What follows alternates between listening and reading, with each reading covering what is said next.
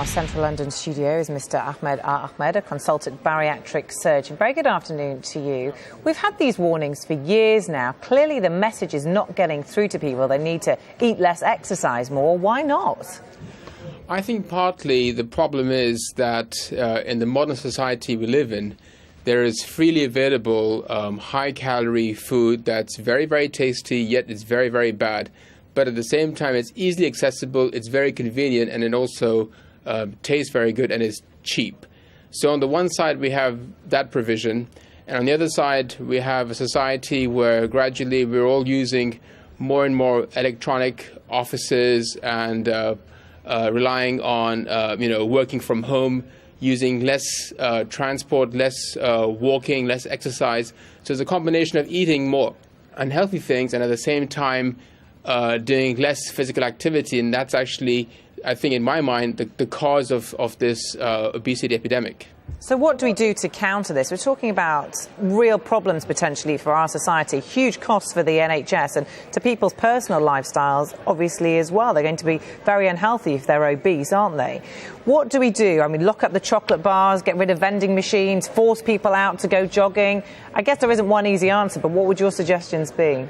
I think it's very difficult. I think for patients who are bordering obesity and are still in the overweight category, then perhaps the right thing for them is somehow to encourage them not to go to fast food chains or supermarkets, but go back to how we used to eat 30, 40 years ago, where you'd walk to your high street, go to the fishmonger, the butcher, the greengrocer, and buy fresh produce and then prepare your own meals.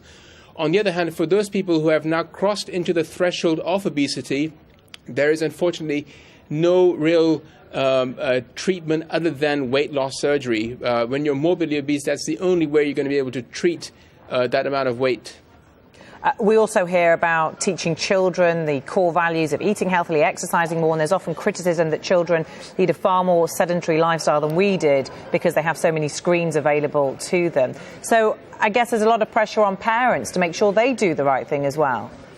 Absolutely. Parents have to act as role models for their children.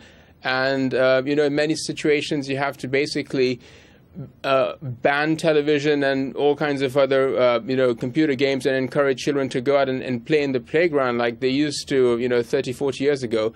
On the one hand, we do know that the overweight rates in children up to the age of 10 are fortunately leveling off. Unfortunately, for children between 11 and 15, obesity rates are going up.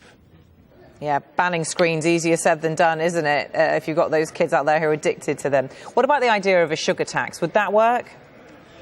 I think it's something that possibly could be tried, but ultimately it's something that it's only one part of the problem. You can ban sugar, but at the same time you can tax tobacco and you can tax alcohol, but people who really want it will still go and get it. So I don't really think a sugar tax is going to be the sort of the only solution to this problem. You have to really modify everything. So take into account not just sugars, but also fats and making healthy food cheaper, and also encouraging people to expend more calories by walking and making small changes in their lives.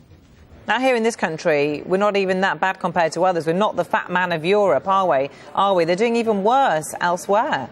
Absolutely, yeah. So, I mean, we're worrying about the incidence of obesity in 2030. You actually have to go just east towards the Middle East, where in countries like Kuwait and the United Arab Emirates, they've got current overweight rates of over 50%. So more than 50% of the population in these countries is overweight and obese. And of course, with that comes disease.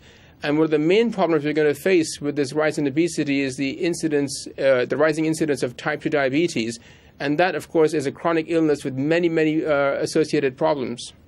Just out of interest, you obviously see a lot of obese, clinically overweight people. When you talk to them and you discuss the options of surgery or trying to do it naturally, trying to exercise more, eat less, what kind of proportion of success do you have? How many say, actually, I want the surgery, and how many try at least to do it themselves?